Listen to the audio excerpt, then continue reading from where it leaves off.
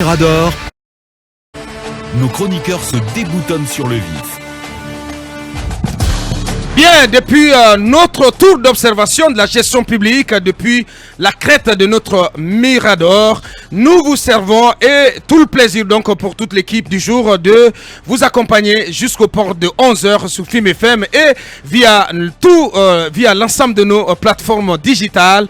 Maman Noumbalé, j'avais envie de dire, Maman Diallo, Noumbalé, bonjour. Bonjour Abakar, bonjour à tous. Noumbalé, administrateur général de guinématin.com, donc qui nous fait l'amitié tous les samedis d'être sur ce plateau. Encore une fois, bonjour Noumbalé. Merci de l'honneur que vous me faites. Un toit pour Bintalali. Un toit pour Bintalali, c'est un projet piloté par Ali Mousso, qu'on connaît très bien sur les réseaux sociaux, et Ablaye Sadio pour aider l'icône nationale, Bintalali So, qu'on sait qui a plus de 70 ans, qui malheureusement n'a pas de toit. C'est dommage. C'est dommage. Et c'est le cas de beaucoup d'artistes guinéens. Malheureusement, ouais. Il n'y a pas ce comme pour dire qu'ils ne vivent pas de leur art. Malheureusement, oui. Et donc, ces deux jeunes ont réfléchi sur cette situation et ils se sont dit que les quêtes régulières, quotidiennes de cette vieille ne peuvent plus l'aider à entretenir sa petite famille. Et donc ils ont pensé à un projet, à une maison pour Bintalali So. Ils ont estimé qu'avec une maison, il peut non seulement pouvoir elle-même se loger, mais pouvoir exploiter le reste de la maison comme location, et cela pourrait lui permettre de tenir pour ses vieux jours. Et c'est ce projet qui est lancé. Un projet humanitaire. Un projet humanitaire depuis quelques années, je pense 1 ou 2 ans, comme ça. Et ça tient la route. Est-ce que c'est en bonne voie? Absolument, parce que les gars ont aidé, ont accompagné la dame à faire un album.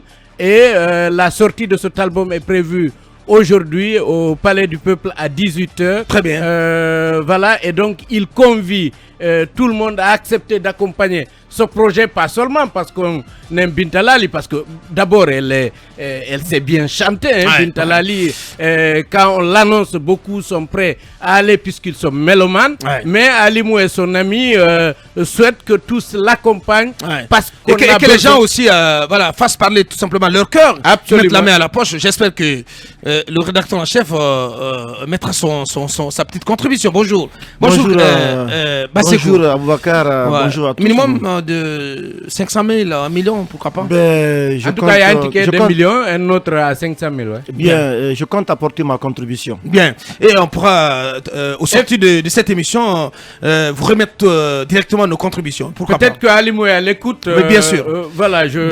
On va rendre tout ça officiel. Faut pas comme. Bien. Je précise qu'il y a quand même un numéro 600, si vous me permettez. 611 20 63 96. Pour ceux qui nous écoutent et qui n'ont pas directement accès à Alimou ou à Ablaye Sadio.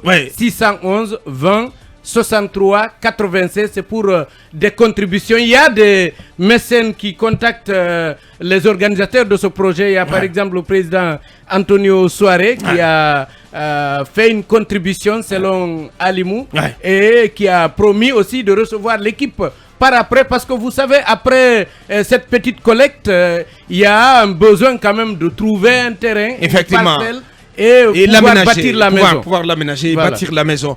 Et voilà, tous et toutes pour la cause de cette icône vivante, Bintalali So, donc qui a besoin de votre aide, de vos contributions pour pouvoir s'offrir ce toit, pour ces vieux jours.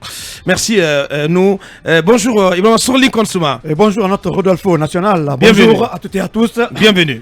Abakar, Bintalali, c'est d'abord l'ensemble instrumental national du choral, en passant par la carrière solo.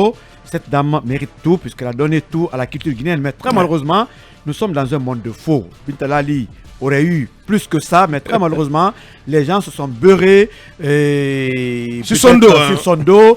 Et pratiquement aujourd'hui, heureusement qu'il y a encore des bonnes volontés. Abakar, bonjour. Bonjour à M. Charles Wright. bonjour au ministre de la Justice. Qu'est-ce qu'ils ont fait? Bonjour au Premier ministre, bonjour au président Mamadi. Bien, donc bonjour à tout le monde finalement. À tout le monde, mais il faut détailler. Bien. C'est-à-dire être détaillant, c'est très important. Alors, la justice devrait être la boussole de la transition. Ouais. Mais très malheureusement, notre Il est régulièrement indexé, cette justice. La justice guinéenne, on ne sait pas ce qui se passe. Les habitudes ont la peau dure.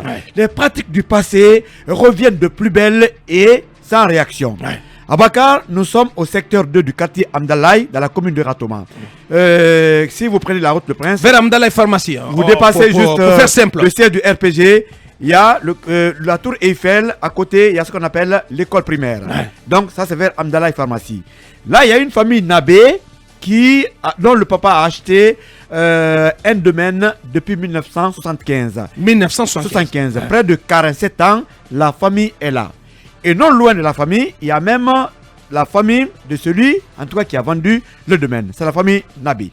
Alors aujourd'hui, il y a, depuis 2019, un certain Monsieur Ibrahima Diallo est fantôme pour le moment parce qu'il n'a jamais été vu sur le terrain. Passe par des avocats pour déloger la famille Nabi. Avec quel motif? Oui, le motif que... Il a racheté ou pas? Non, qu'il serait... il aurait arraché l'héritier, en tout cas, de ce domaine. C'est ce qu'il dit. C'est pas une explication claire à Bakar. Mais il se trouve que... Et la justice a-t-elle rendu une décision oui, il y a eu 3 décisions. Mais il se trouve que la famille Nabé a le plan de masse, la famille Nabé a tous les papiers. Et le titre foncier également. Le titre foncier, tout pratiquement. Il y a eu une première décision du TPI de Dixine en 2019. C'était à la faveur de la famille Nabé. Après, M. Ibrahima Diallo il s'est opposé à la décision et finalement la Cour a réexaminé pour redonner encore raison à la famille Nabi. Et il y a eu un appel et pratiquement au niveau de la Cour d'appel, et c'est là où les choses ont commencé quand même à dévier. Oui, tout à fait. Et la Cour d'appel, contrairement à la Cour au tribunal, a donné raison à M. Diallo. Et la famille qui a demandé sursis s'est pourvue en cassation. Aujourd'hui, ça c'est en 2020. À Bakar, le problème est encore à la Cour suprême. À la Cour suprême. La décision... Donc, l'affaire n'est pas totalement vidée. C'est pas vidé, mais hier, entre 4h et 5h du matin, il y a l'escadron de Amdalaï, numéro 2 d'Amdalaï, qui a accompagné, je crois, les huissiers qui nous viennent d'où, pour démolir avec des bulldozers, pour démolir. J'ai vu ces images-là hier sur Yoma TV, je crois, mais tu as l'impression que c'est des bombes qui sont tombées sur cette maison. On dirait qu'on est en Ukraine. Mais à 4h du matin, on est venu tout casser pendant que la famille était en train de dormir. Oui. C'était triste, hein, c'est lamentable. C'était sauf qui peut. Les gens ont pris ce qu'ils pouvaient prendre, mais c'est pas la première tentative. Alors que l'affaire est encore pendante au niveau de la Cour suprême. Alors, peut-être que c'est suite aux annonces de Charles White, parce que Charles White, il y a 2 ou 3 jours, il a dit que une centaine de décisions de justice devraient être exécutées. Oui, bien sûr. Alors que dans le cas précis, il n'y a pas une décision de justice définitive. Non, pas du tout. Mais à Bakar, le malheur de cette situation, c'est que le même modus operandi avait été tenté plusieurs fois. C'est pratiquement hier, sous la transition, au moment où les Guinéens croient à la justice, que cela se passe. Des bulldozers à 4 et 5 heures du matin qui viennent démolir une concession où les gens sont encore couchés. Donc c'est pourquoi ce matin, on interpelle monsieur le procureur de s'intéresser à ce dossier et aux autorités que ces pratiques continuent de plus belle en Guinée. Aujourd'hui, des bulldozers continuent à régner. Vivement, franchement, l'attention des autorités, c'est vraiment autorités sur le cas de cette famille Nabé du côté d'Amdalaï Pharmacie. C'est très triste. Et de plusieurs autres moi, j'invite tous les médias comme Guinée Matin à s'intéresser à ce dossier, à aller à la rencontre de cette famille. C'est une situation assez écœurante. C'est écœurant parce que le problème, c'est que c'est pas qu'hier que ça a commencé.